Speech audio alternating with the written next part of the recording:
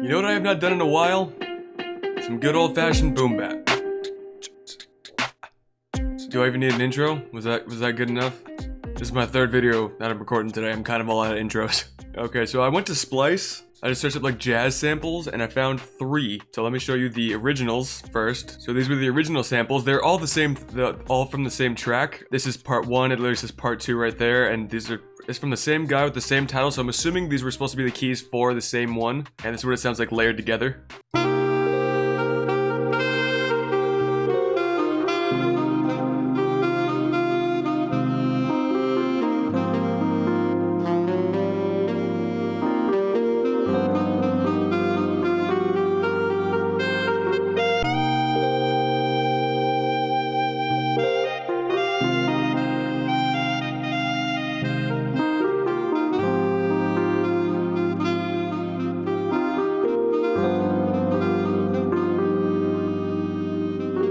Alright, so that's basically it, and then what I did was I recorded all of it into one, and then put it into Fruity Slicer, and then this is what I came up with.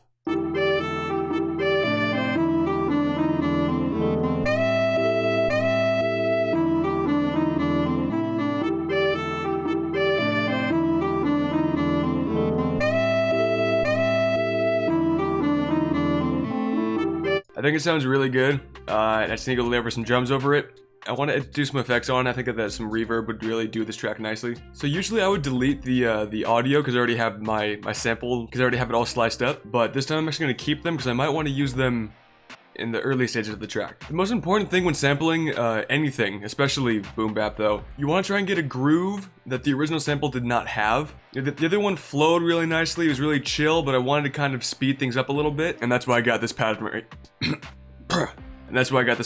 here. And honestly, usually I would not do my boom bap at 115 BPM, but I really wasn't feeling like time stretching everything. I got lazy. This is my third video that I'm recording today. I'm gonna try and do one more after this one, but I think we'll make it work with 115. Okay, so this one has a, sounds like an open hat underneath it, so I might want to try and use that one. And then a snare. Sound selection is so important when doing boom bap. You know, you want to try and find sounds that an actual drummer would use, nothing that sounds too computerized or anything that would kill the groove.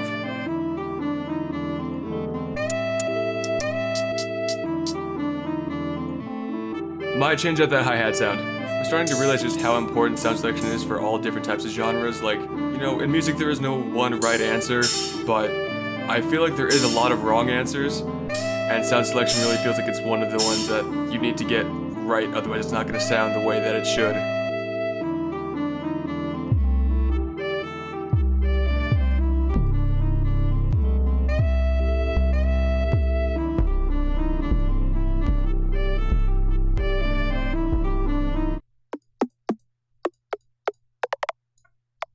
Wow, kicks sound really weird at a really high range.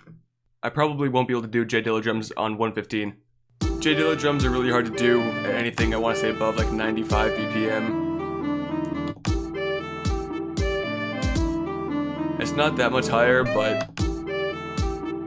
one, I'm not too familiar with J Dilla drums in the first place, so trying to make it work at this type of BPM at 110 would be really difficult. Thank you, phone. Thank you. Thank you, Gmail, for an absolutely useless notification. That might work.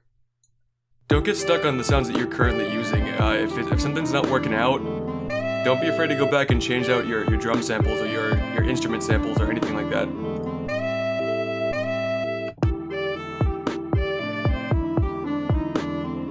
Alright, got a little bit of a swing now.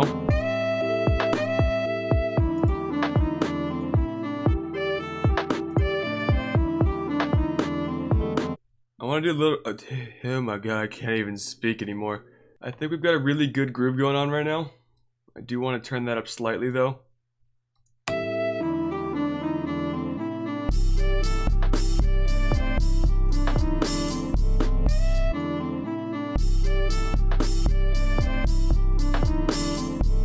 Well, you know, you always hear about YouTubers pre-recording videos when they go out for like vacation or something like that.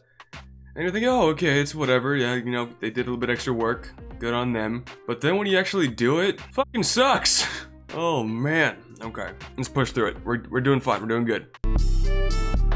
Like recording one video every other day is not that hard, but recording 3 in the span of I want to say like 4 or 5 hours was just so taxing on my brain and on my focus. Like I couldn't think anymore. But you know, you always gotta push through that stuff.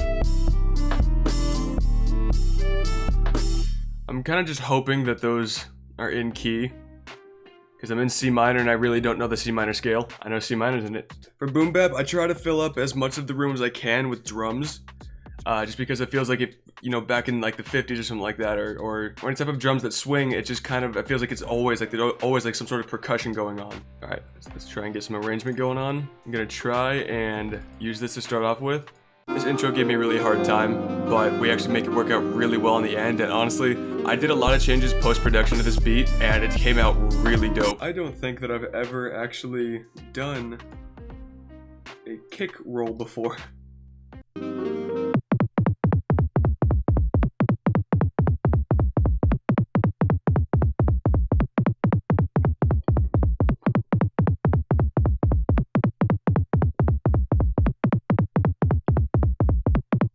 That ain't it, Chief. I kind of use it as like a horn stab right there. Try and give it a little more energy for the drop.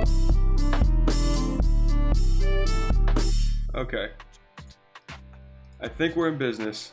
That's gonna be just about it, guys. I really hope that you guys learned something today. This is it though. This is gonna be the last video that I have out until I come back from my trip. Hopefully all goes well. I'll be coming back with the dope vlog. I get a lot of footage up there. I'll see you guys when I come back. Peace.